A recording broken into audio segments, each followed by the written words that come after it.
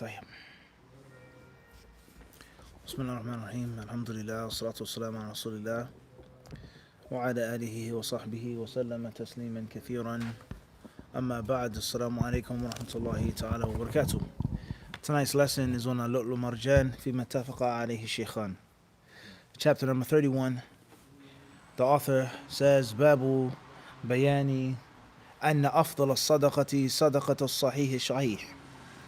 حديث أبي هريرة رضي الله عنه قال جاء رجل إلى النبي صلى الله عليه وسلم فقال يا رسول الله أي الصدقة أعظم أجرا؟ قال أنت صدقة وأنت صحيح شحيح تخشى الفقر وتأمل الغنى ولا تمهل حتى إذا بلغت الحلقوم قلت لفلان كذا ولفلان كذا وقد كان لفلان. Chapter number 31 says the best charity is the charity that is given when one is healthy and niggardly. Hadith 611 is narrated by Abu Hurairah radiallahu anhu. A man came to the Prophet sallallahu alaihi wasallam and asked, O Allah's Messenger, which charity is the most superior in reward? He replied, the charity which you practice while you are healthy, niggardly, and afraid of poverty, and wish to become wealthy. Do not delay it to the time of approaching death and then say, give me such, or give so much to such and such, and so much to such and such, as it has already belonged to such and such, etc. So this chapter heading shows us another aspect or another dynamic of sadaqah and of al-infaq fi sabilillah. And that is, all charity isn't necessarily equal. And there's some charity or certain aspects of charity or dimensions of charity which is better and superior to others. The amount that you give, when you give it, to whom you give it to, what is the need, etc. As that sadaqah and its reward varies in its levels. So if a person came and he said that all charity is the same, and you cannot say that some charity is better than others, there is no such thing as various rewards, there are no such things as different levels of charity, it's all the same. We say this lesson in this class and the hadith under this chapter heading is going to rebuke that and refute that. That's incorrect. Well, my sheikh said this, or my madhab says this, or this is how I think about it, and it only makes sense for it to be the same. Whether you give a grain of sand, or a grain, or a piece of corn, or a pound, or a kilogram of wheat or flour, is the same as giving a gold ring or a diamond ring or something like this. Or the gold is always going to be superior to the grain. We say that's incorrect. Rather, there are some sadaqah, some types of sadaqah, which is far superior than others. And from that, it says, أن أفضل الصدقة صدقة الصحيح الشحيح, is when a person is sahih, healthy, not sick, not dying, not afraid of one's life, but I feel good, I'm lively, I'm vibrant, I'm youthful, I'm energetic. You understand this? In which the money can be spent on this, on that, eating, drinking, women, cars, jewelry, etc. I'm living my life. I'm in the prime of my life. Have a little fun, right? You only live once, right? Don't take it so serious. Don't be so serious in life. You're a young man. Go out and enjoy yourself, correct? You should have a girlfriend at your age. You shouldn't be thinking about marriage. You should be enjoying yourself. Have a girlfriend. Muslims are too uptight. They're too strict. They're too severe.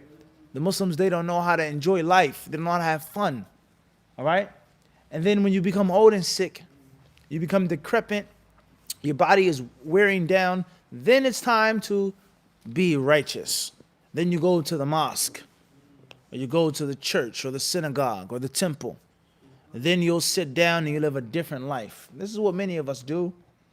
And oftentimes, this is what our parents tell us and teach us and raise us upon. And this is our culture, the United States, as a whole. Not every single person.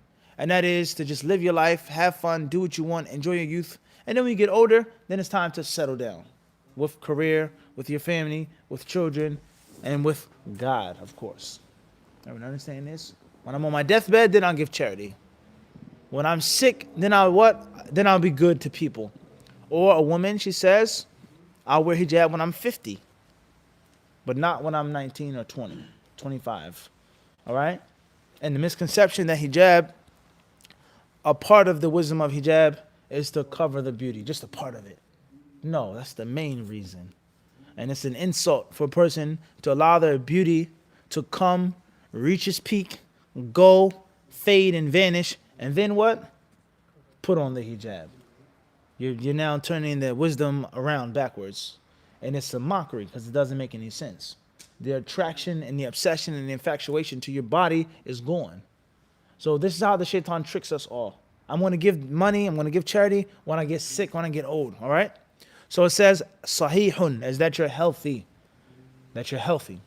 It then says, ash-shahih, is that its translation says, niggardly. A person is stingy. Short arms with deep pockets. Person wants the money, loves the money, desires the money, wants to hold on to the money. Money feels good. It smells good. Money smells good, right? Feels good in your hands. You count those big faces, a crispy dollar bill, right? Feels good. And you don't want anyone to have your money, to touch your money, right? So this is the best time to do what? To give sadaqah. Because you're going against your nafs. And you're going against the custom and you're going against the tradition of delaying and procrastinating your spiritual emancipation. The Prophet ﷺ says, كُلُّ النَّاسِ يَغْدُو فَبَائِعُ نَفْسَهُ فَمُعْتِقُهَا أَوْ مُبِقُهَا. Every morning the people, they wake up and they must sell themselves. فَمُعْتِقُهَا أَوْ مُبِقُهَا. Either you emancipate your neck or you what? Ruin it. You buy yourself for good or for other than good. So therefore, this is the best time to give charity, when your nafs is pushing you, calling you to the other direction. And from that is that when you're healthy, you're young, you're strong, and you actually what? Want the money. Everyone understand this? When you want the money. Tayyib? Khairan inshallah. Hadith 611 says, Hadith Abi Hurairah radiallahu anhu qala, جاء رجل إلى النبي صلى الله عليه وسلم فقال يا رسول الله أي الصدقة أعظم أجرا. Abu Hurairah narrated, a man came to the Prophet صلى الله عليه وسلم and asked, O Allah's Messenger, which charity is most superior in reward? The question is directly to the point. Which charity is the greatest, the most virtuous? Which charity has the highest status with Allah subhanahu wa ta'ala? The Prophet ﷺ, he did not say to the man, you can't ask this question. It's an unbefitting question. All the sadaqah is the same. He answered him directly based off of what he had asked him. Anta sadaqah wa anta sahihun shahihun takhsha al-faqra wa ta'munu al-ghina. He says it's for you to be healthy, for you to be stingy, quote unquote, relatively, because we know that a Muslim and a mu'min is only going to be but so stingy. Correct? But the Muslim and the mu'min always is going to have human nature. He's always going to have what? Human nature. And from the human nature is what? It's minds. And this is something, oftentimes we don't get rid of from the age of children. A child, a 2-year-old child, he says, what? It's my toy. Get off of it. It's mine's. The toy is sitting on the floor. The child is not thinking about the toy. Another child comes and picks up the toy. He does what? Give me, cries, and he pulls the toy. But literally 5 seconds ago, the child was 101% oblivious to the toy. And the parents bought the toy. He didn't have to work or pay for it. The child has 1,000 other toys. Correct? The sheer fact that another human comes and wants to pick it up and enjoy it for 5 seconds goes back to that fitrah. And many people, we don't grow out of that stage. Even as grown people. When it comes to money, when it comes to polygamy, when it comes to property, a country, just look at what people say today. Get these foreigners out of here. Kick these immigrants out. Make America great again. This is our country. We built America. We established it. We found it. We did this. We did that. We. And the people, they forget that it was a point in time in which what? They were immigrants to this country. And they came to this country. And they were looked down upon. and they were called bad names, whether they were called mix or dagos or niggers or spics. They were called bad names, derogatory names by what? People that were above them. And the ultimate hypocrisy is the people who called them dagos and spics, they themselves were also what? Immigrants. They migrated to this country. And some of them were indentured servants. Some of them were fugitives. Some of them were outlaws. Some of them and some of them. So the point is, humans, they forget things, where they came from. And they always want to have a stingy, coveting nature. It's mine's. Get off of it. Get back. Don't touch it. It's mine's. So that stinginess is oftentimes a part of the what? The fabric of the human. Even if a person is a what? A mu'min. And of course, the mu'min is the one who fights this. Makes jihad against his or her nafs. Fights it, until he can either obliviate it, get rid of it, or at least stifle it and control it and put it to the side. And the iman is dominant now. And that's generosity. Tafaddal. Bismillah. What's mine is yours. No problem. You want one slice of my pizza? Or you want all 8? Tafaddal. Doesn't matter. Pizza didn't come to me from my own earnings. It came from Allah subhanahu wa ta'ala. All right? So therefore, that's what this hadith means. An-Nawawi rahimahullah ta'ala, he says, معنى الحديث أن الشح غالب في حال الصحة فإذا سمح فيها وتصدق كان أصدق في نيته وأعظم لأجره بخلاف من أشرف على الموت وآيس من الحياة ورأى مصير المال لغيره فإن صدقته حينئذ ناقصة بالنسبة إلى حال الصحة. He says here, the hadith means is that when a person is healthy, then in most cases they have stinginess or niggardliness.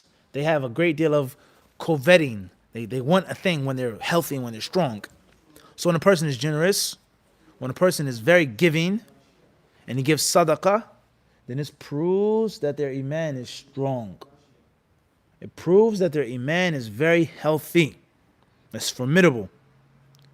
And it also goes to show that a person's intention is truthful.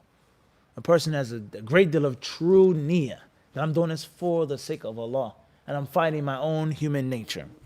And this is an exact contrast or opposition to the one who's about to die, and he realizes that his life is over.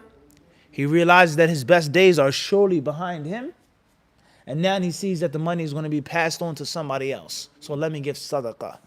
Instead of my children inheriting from me or my wife, I'm going to now, I've given all of my overseas accounts in Switzerland, what? Charity. To orphans. You imagine that, Hamza? I'm on my deathbed, and I say, oh man, it's time to get the millions of dollars now from Abby, right? And I say, what? No, son. The banks have all been given out to the orphanages. Have a good life. Then flatline. It's crazy, right? Just imagine that now, right? In which I know that you're about to do what? Inherit it all. So now I want to be generous. Doesn't work like that. Everyone understand this? So therefore, he says that this sadaqah is naqisatun. It's less in reward. It's less in reward in comparison to the sadaqah that's given in a time of health and a time of strength. As far as the example that we just mentioned, then of course, we have a different set of rulings with regards to that as well. And that is, can a person give his wealth at the time of sickness to hurt and to harm those who are supposed to inherit from him? That's a different issue in itself. And the same applies to divorce. Can a man divorce his wife on his deathbed? In other words, if he divorces her 3 times, she's no longer his wife. And what? The house, the car, the boat, the RV, What else? The electric scooter. What else? The motorcycle, The smart car, that's right, The Lear, the private jet, all of those things, what? None of those things you're going to get anymore. So the ulama, they've spoken on when a man is on his deathbed, the things that he cannot do. Do you understand? So I have $2 million in my account. My family is going to get that $2 million. And I say, I've given it for Allah. And I'm on my way out right now. That's a problem. And the same applies if a man divorces his wife right before he dies, just to keep the woman from what? Getting the inheritance. Everybody understand this or not? Khairan inshallah. طيب.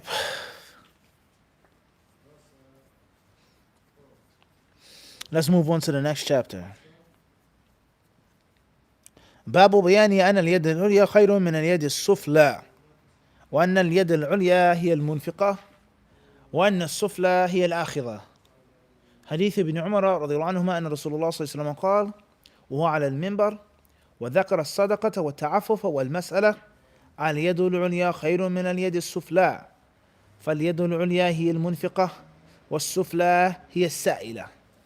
حديث حكيم بن حزام رضي الله عنه عن النبي صلى الله عليه وسلم أنه قال: اليد العليا خير من اليد السفلى، وابدأ بمن تعول، وخير الصدقة عن ظهر غنى، ومن يستعفف يعفه الله، ومن يستغني يغنه الله.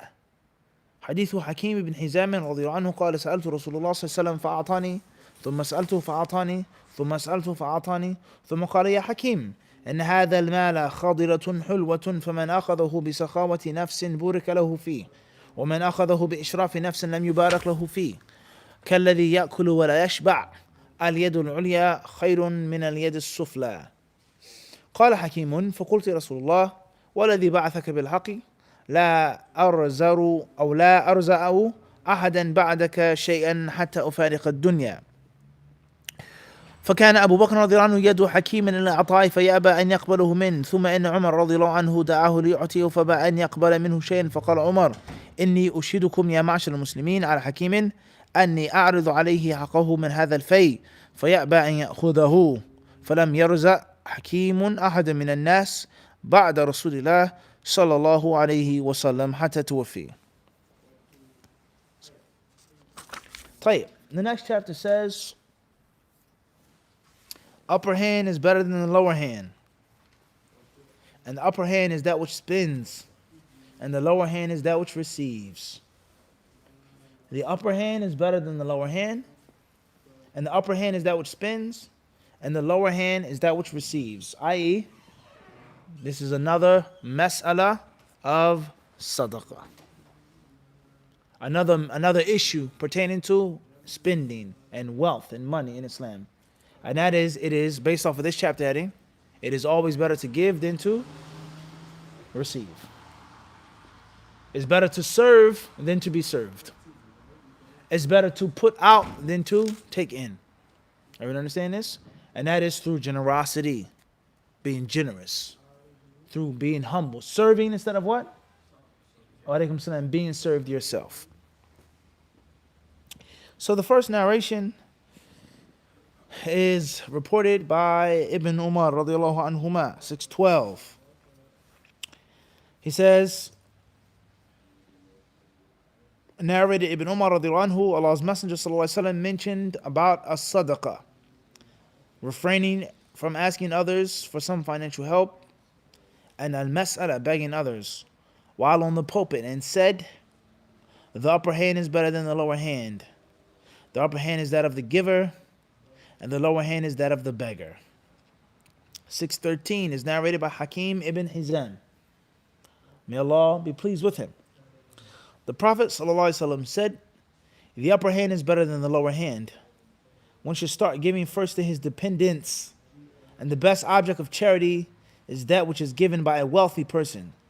And whoever abstains from asking others for some financial help, Allah will give him and save him from asking others. And whosoever is satisfied with what Allah has given him, Allah will make him self-sufficient. Hadith 614 is narrated by Hakim ibn Hizam. Once I asked Allah's Messenger sallallahu alaihi wasallam, and he gave it to me. Again I asked him, and he gave it to me. Again I asked him, and he gave it to me. Then he said, "O Hakim, this property is like sweet fresh fruit. Whoever takes it without greed, he is blessed in it. And whoever takes it with greediness, he is not blessed in it. And he is like a person who eats, but is never satisfied. The upper hand is better than the lower hand." Hakim added, I said to Allah's Messenger sallallahu alaihi wasallam, by him who sent you with the truth, I shall never ask or take anything from anybody after you till I leave this world. Then Abu Bakr radiallahu anhu called Hakim to give him his share from the war booty, but he refused to take anything. Then Umar radiallahu anhu called him to give him his share, but he refused. On that Umar said, O Muslims, I would like you to bear witness or to be witness that I offered Hakim his share from this booty, and he refused to take it. So Hakim never took anything from anybody after the Prophet sallallahu alaihi wasallam till he died. These three authentic prophetic hadiths show us the virtue of giving and spending, and the dispraise of asking and begging. The virtue, the excellence, and the superiority of giving, the dispraise and the blame of asking and begging, requesting and demanding. That's the main lesson from all three narrations. That's the main lesson. Tayyib. Now, that being the main lesson of the Qawi, we have a main issue here. And that main issue is what's meant by al-yadul ulya, the higher hand. And what's meant by al-yadul sufla, the lower hand. Everyone understand this? What's meant by this? The higher hand and the lower hand. What's meant by that? Tayyib. States here, Nawawi rahimahullah ta'ala, he says,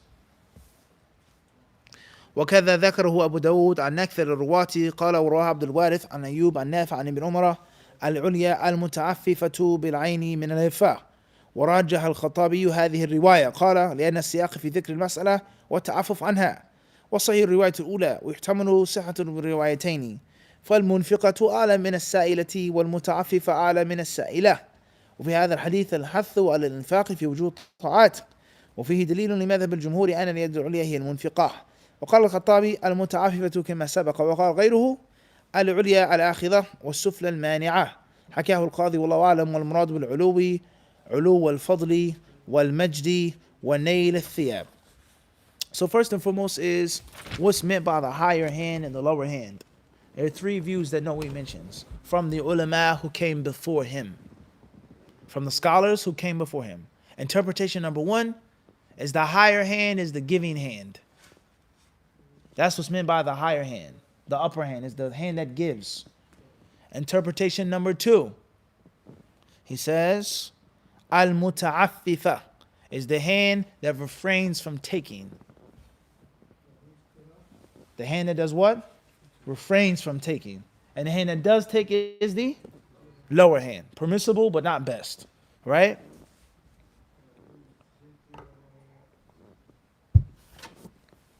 Interpretation number three is that the higher hand is, he says, al-akhidha, is the hand that takes.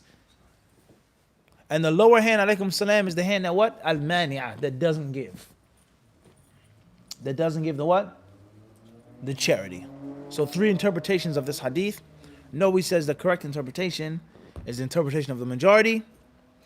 And he says, and it's also possible for both narrations to be valid as well. So we have a discrepancy here, Abdul Qawi, in the hadith itself. These words here. It says here, فَالْيَدُ الْعُلْيَا هِيَ الْمُنْفِقَةِ وَالسُّفْلَى هِيَ السَّائِلَةِ. It says, the translation, the upper hand is that which is that of the giver, and the lower hand is that of the beggar. Are those the words of the Prophet? Or are those the words of one of the narrators that was interpolated into the text? You understand this? Because if the Prophet ﷺ himself is saying, this is the upper, this is the lower, khalas. The interpretation was that is the interpretation. Everyone understand this? So Nawawi rahimahullah ta'ala, he mentions here, briefly, with regards to هكذا وقع في سيد البخاري ومسلم على يد العليا المنفقة من الإنفاق. He mentions with regards to some of the different ruwats and the narrators, what they actually narrated from the Prophet alayhi salatu wasalam. What's important is, those are the three interpretations with regards to the higher hand and the what? The lower hand. What's meant by that? So if you give sadaqah, if you don't ask for sadaqah, and you don't prevent from giving sadaqah, you'll always win. Alright? Tayyib. Let's move forward. In this hadith he says, this hadith shows us the virtue of spending your wealth in Allah's cause. Once more, like we explained. Tayyib. Question is, Khalid, what's the ruling on asking for money?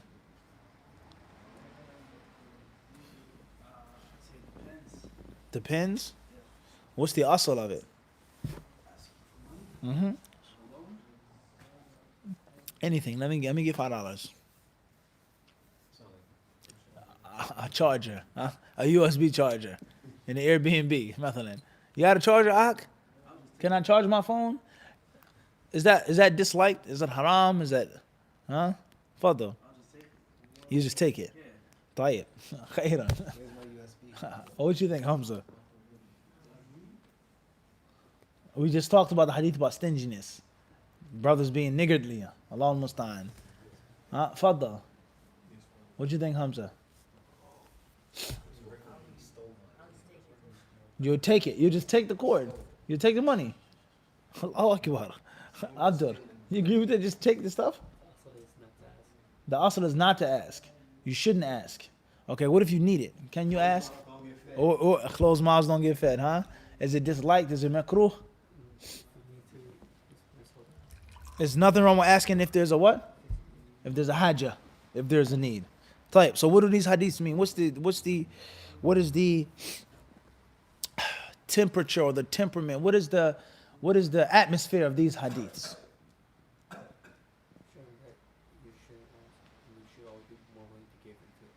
That these hadiths, one may say the atmosphere of these hadiths, call it, is not to prove that it's haram to ask. And it's unlawful to ask. But it's establishing a principle, and that is, it's always better to be on the what? The giving side than the receiving side. And that is establishing the Islamic spirit of what? Being willing to give, always to serve, to serve, to serve. It's an honor for me to what? Come and serve you. How can I help you?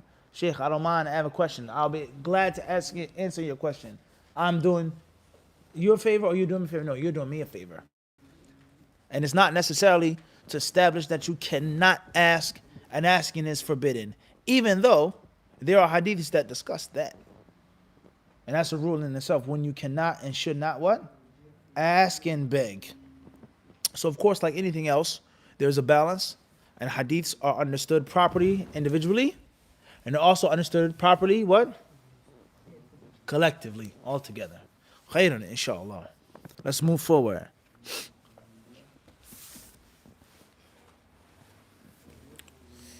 طيب, the hadith also mentions وَخَيْرُ الصَّدَقَةِ عَنْ ظَهْرِ غِنًى.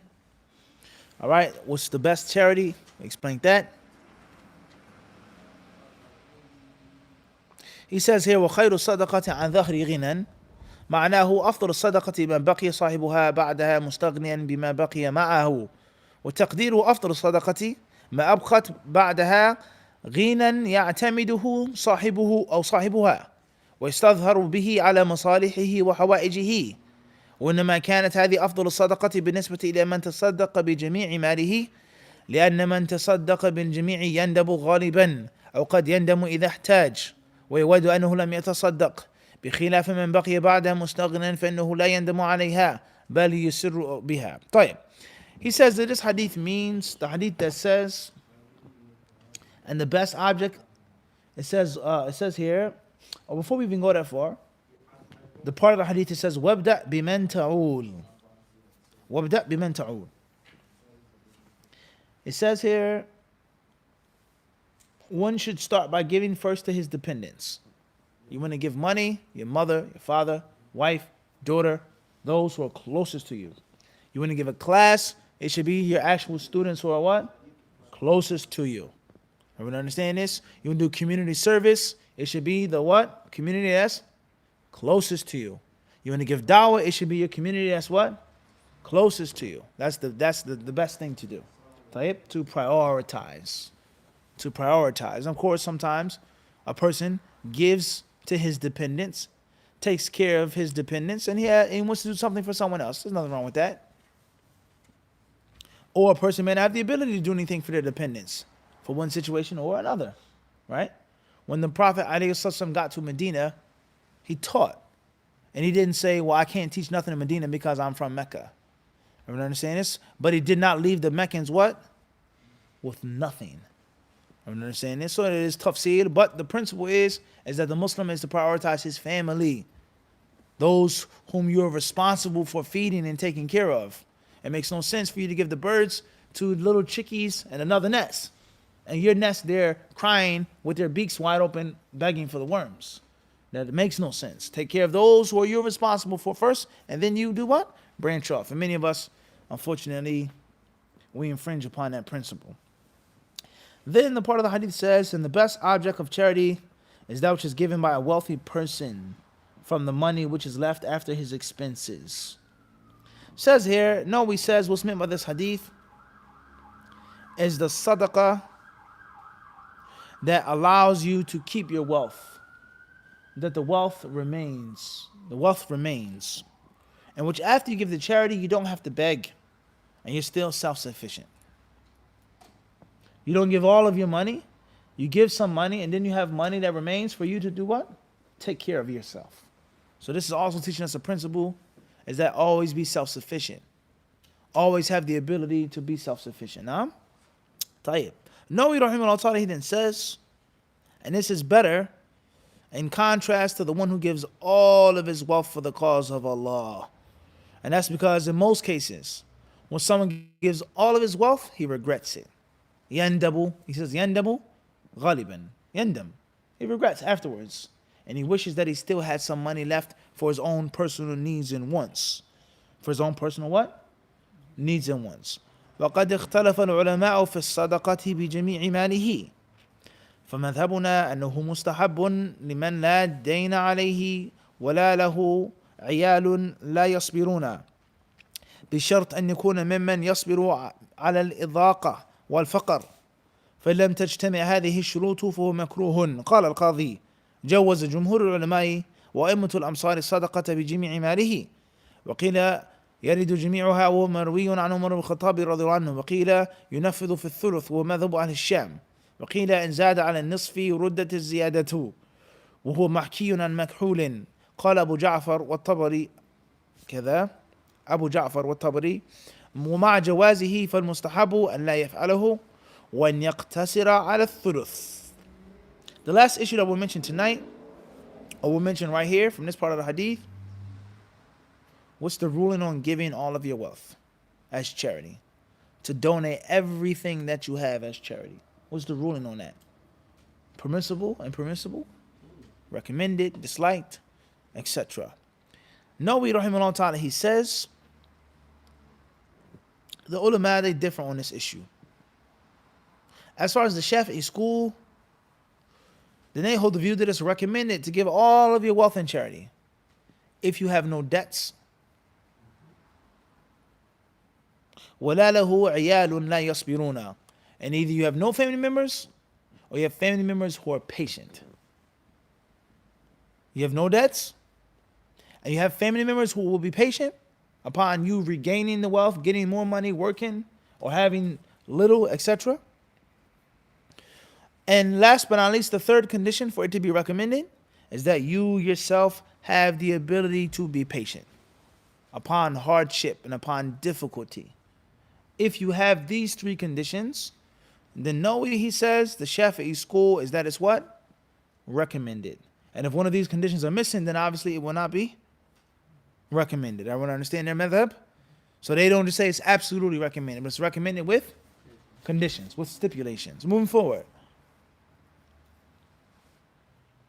The next view, Al-Qadhi Iyadh, he says, most of the ulama and the fuqaha, the fiqh scholars from the different various towns and cities of the Muslims, most of them, he says, they hold the view that it's permissible to give all of your wealth in charity.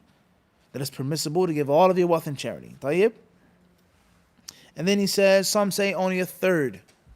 And if it's more than a third, then it should be rejected, etc. Last but not least, some scholars, they say one shouldn't do it and he should only give a third. He should only give a third. Are we understanding this issue? In other words, be responsible even when it comes to giving in the cause of Allah. You understand? Be responsible. Devote yourself, your money, your time, your energy to all one thing. You have to make sure that you have the ability to deal with that now. Everyone understand this? And the same applies to what we said about a sister marrying a student of knowledge or marrying an imam. If that's what you want to do, tayyib.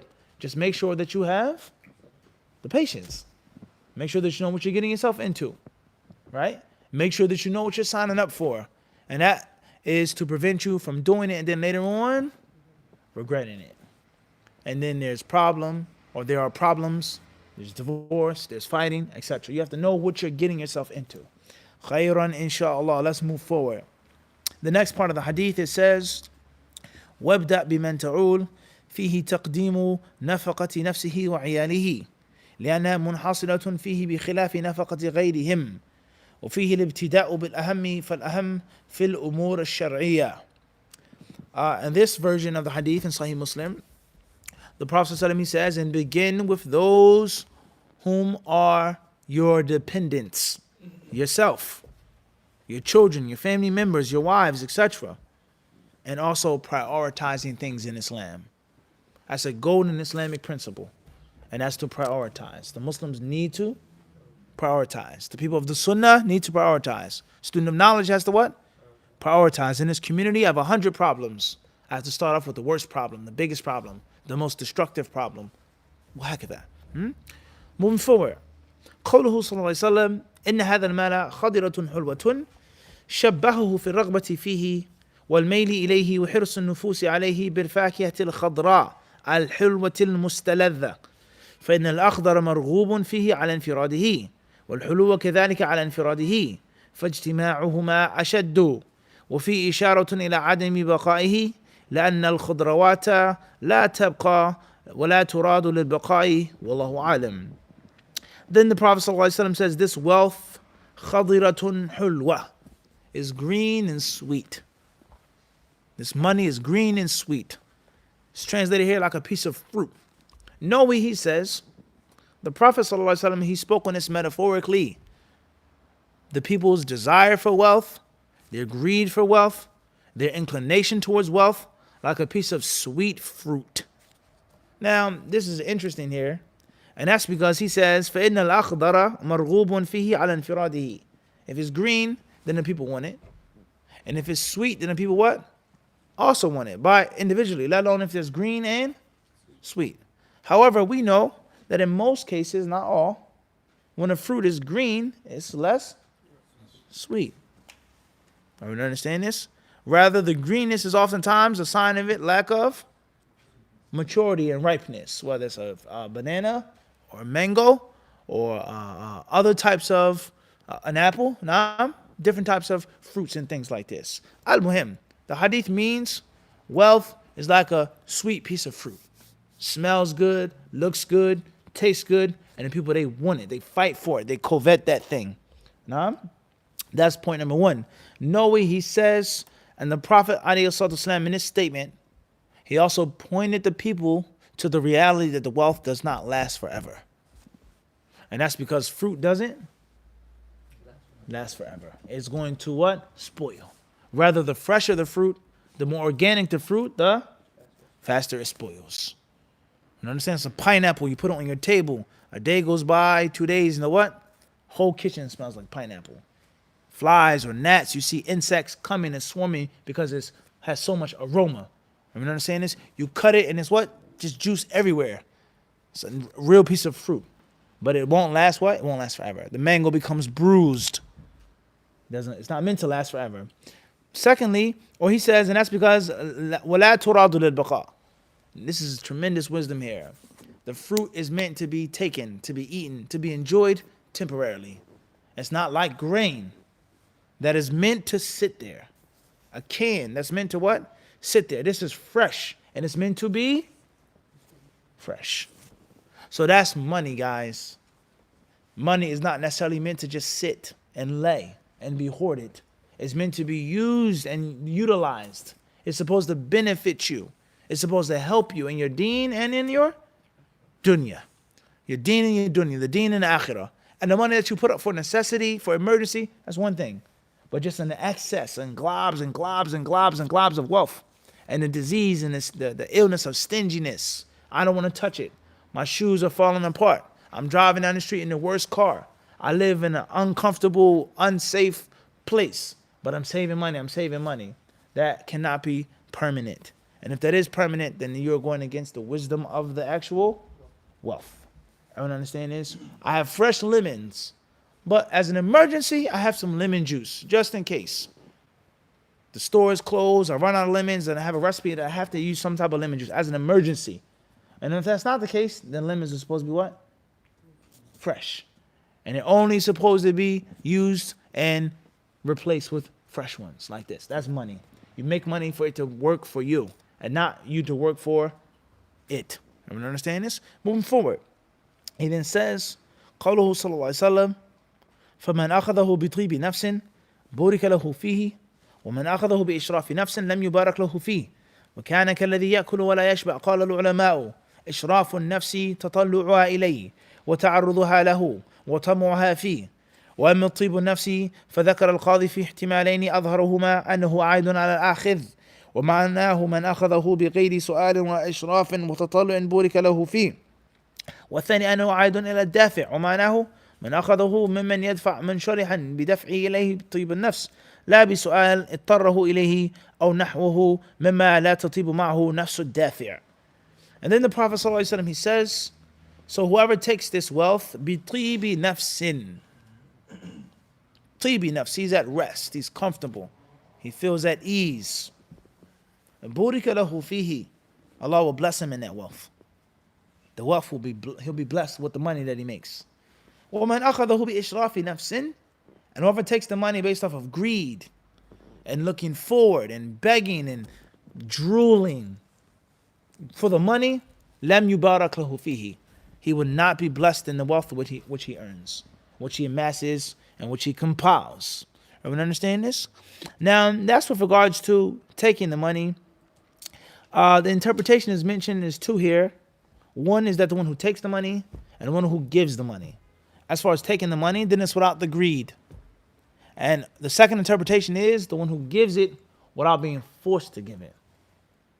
He gives it, and I honestly mean take it and take what you want. Not, I need to borrow some money. Okay, yeah, go ahead. Which is a virtue in that too. But, Father, my heart is wide open. Whatever you need, whatever you want, it's no problem. You understand the difference? Moving forward. He says, وَكَانَ كَالَّذِي يَأْكُلُ وَلَا يَشْبَعُ قِيلَ هُوَ الَّذِي بِهِ دَاءٌ لَا يَشْبَعُ بِسَبَبِهِ وقيل يحتمل أن المراد التشبيه بالبهيمة الراعية. وفي هذا الحديث ومن قبله وما بعده الحث على التعفف والقناعة والرضا بما تيسر في عفاف وإن كان قليلا والإجمال في الكسب، وأنه لا يغتر الإنسان بكثرة ما يحصل له بإشراف ونحوه فإنه لا يبارك له فيه. وقريب من قوله تعالى أو من قول الله تعالى يمحق الله الربا ويربي الصدقات. He says here, and he is like one who eats and never becomes satisfied. The Prophet ﷺ said that this person is like someone who has a disease, an illness that prevents him from becoming full. Like we said, tapeworm. You never ever get enough. And the second interpretation is like he's like a cattle, or a piece of an animal, a beast of burden, a cow that just what? Chews and chews and chews and chews and chews and chews and never ever gets enough.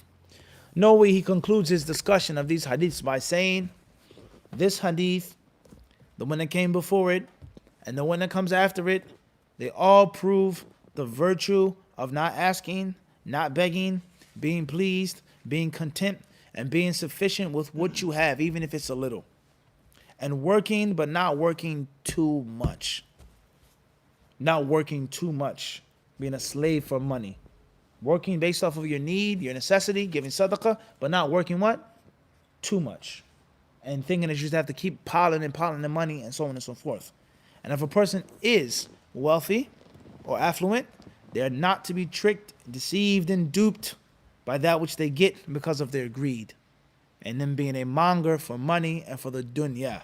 As Allah Azza wa Jalla says, يَمْحَقُ اللَّهُ الرِّبَى, that Allah obliterates the virtue of riba. وَيُرْبِ الصَّدَقَاتِ, and the charity is accepted and it is allowed to mature and to grow. It's something which is a barakah in it. Alright? So a little bit of money without riba is better than a lot of money from riba. Khairan inshallah. These hadiths also goes to show the virtue of Hakim ibn Hizam, and also shows us the Prophet ﷺ's good teaching, whereas once he heard that, he never asked afterwards. Like the Prophet's stepson, Amr ibn Abi Salama, he says, eat with your right hand, he didn't eat with his right hand afterwards. And also goes to show us that the sunnah It's meant to be heard and understood and acted upon. You implement it from the moment that you hear it. Allah surely knows best. Walhamdulillahi Rabbil Alameen. Sallallahu Alaihi Wasallam Mubarak. Ala abdi wa rasulih nabina wa imamina Muhammad.